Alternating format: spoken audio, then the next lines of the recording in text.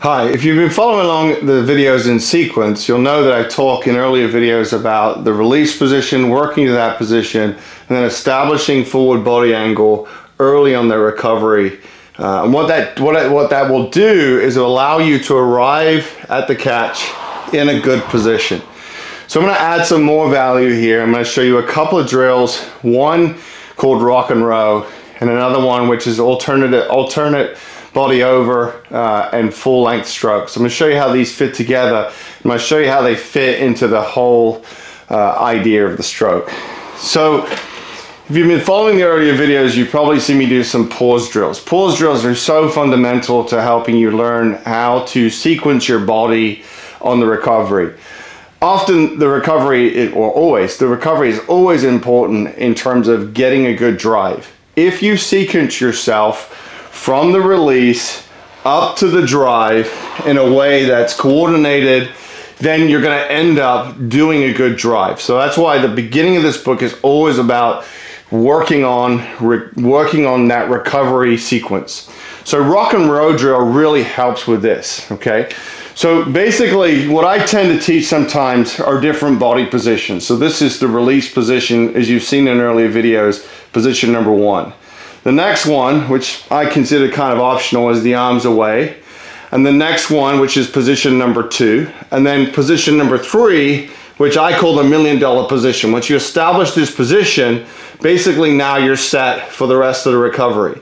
Now, if done correctly, if you establish that forward body angle, essentially when you start to bring the knees up and move towards the catch, there is no change in upper body angle as you approach the catch, okay? So making sure that you arrive in the catch in the right position is really key. So if we've established that body over position right here, we can just, without changing anything else, we can get ourselves up to the catch and then immediately change direction in the right body posture. If we haven't set the upper body, what tends to happen is the body gets set later on in the recovery, and then the hands will tend to dip down, and you're gonna find yourself in a compromised position, not the strongest position, right? You're also going to spend time reorganizing yourself up at the catch so that you can start to create force on the handle.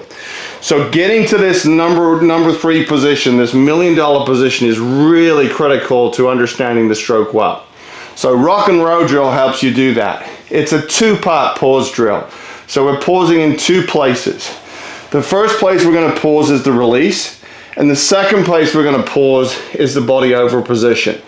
So essentially we're going to pause, and then you say to yourself, for count number 1, 2, and then say to yourself, rock, and extend your arms and swing your body over into this position. So you're really extending the arms and swinging the body at the same time to reach this position. Once you hit this position, count 1, 2, and then say to yourself, row. And you're going to go up and take the stroke. And you pause back here at the release position. So putting it all together, how does this look? Well, here's your pause at the release position, rock, establish forward body angle, now it's set for the rest of the recovery, and row. Pause, swing, pause, and row. Pause, swing, pause, and row.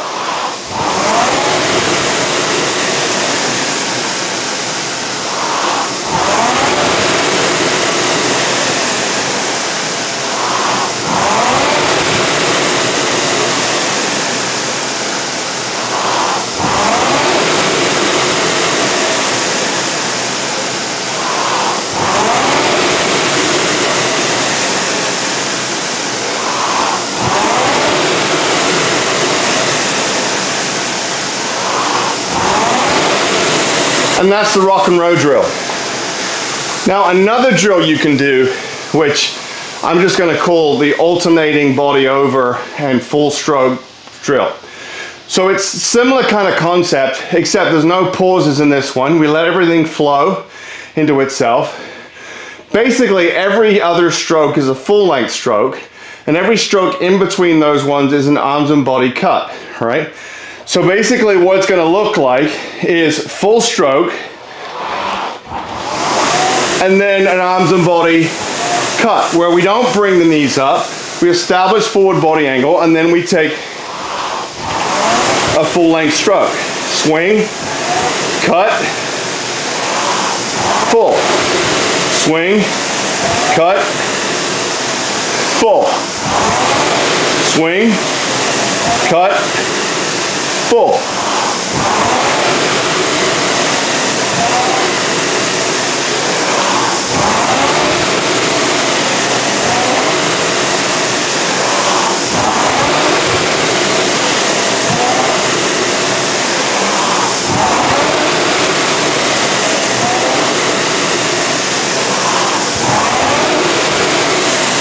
So those are really a couple of really effective drills to help us swing. I'll tell you a story at this point. We were rowing in college freshman year at the IRA, which is the National Championship competition. And our boat just wasn't working. We weren't swinging together. We weren't making it happen. So our coach suggested that we do that drill that I just shown you.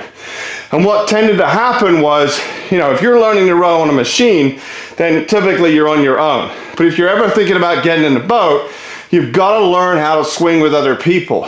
And that body swing action is really a good way, a good, excellent real world example of Newton's third law of motion. You swing your body over and your boat travels in that direction. It also has other benefits, as I mentioned earlier on in the stroke. So what we did was we did this drill at the IRA, and all of a sudden something clicked and our boat started to flow and we really started to groove together, and we ended up making the final that year and placing, you know, top 5 in the nation. So one more time, I'm going to show you the alternative body over and full length stroke. Here we go. Push, swing, swing, flow, swing. Now what's really key is on that arms and body stroke, you've got to be dynamic, else you're going to miss the wheel. You've got to be loose and elastic. Engage the arms, the body, and the legs to get a feeling of that wheel, because the wheel's moving fast. Once you've done that full length stroke, it's moving fast. So think of yourself like bamboo, elastic, swing, flow here, swing, flow, and there you go. There's that $1 million position one more time. So those are a couple more drills in your toolkit to help you develop the right habits of swinging and recovering, and so that you're in a good position. We get to that forward body position, and now we can just roll up and we're ready to go when we start the drive. Thanks for watching.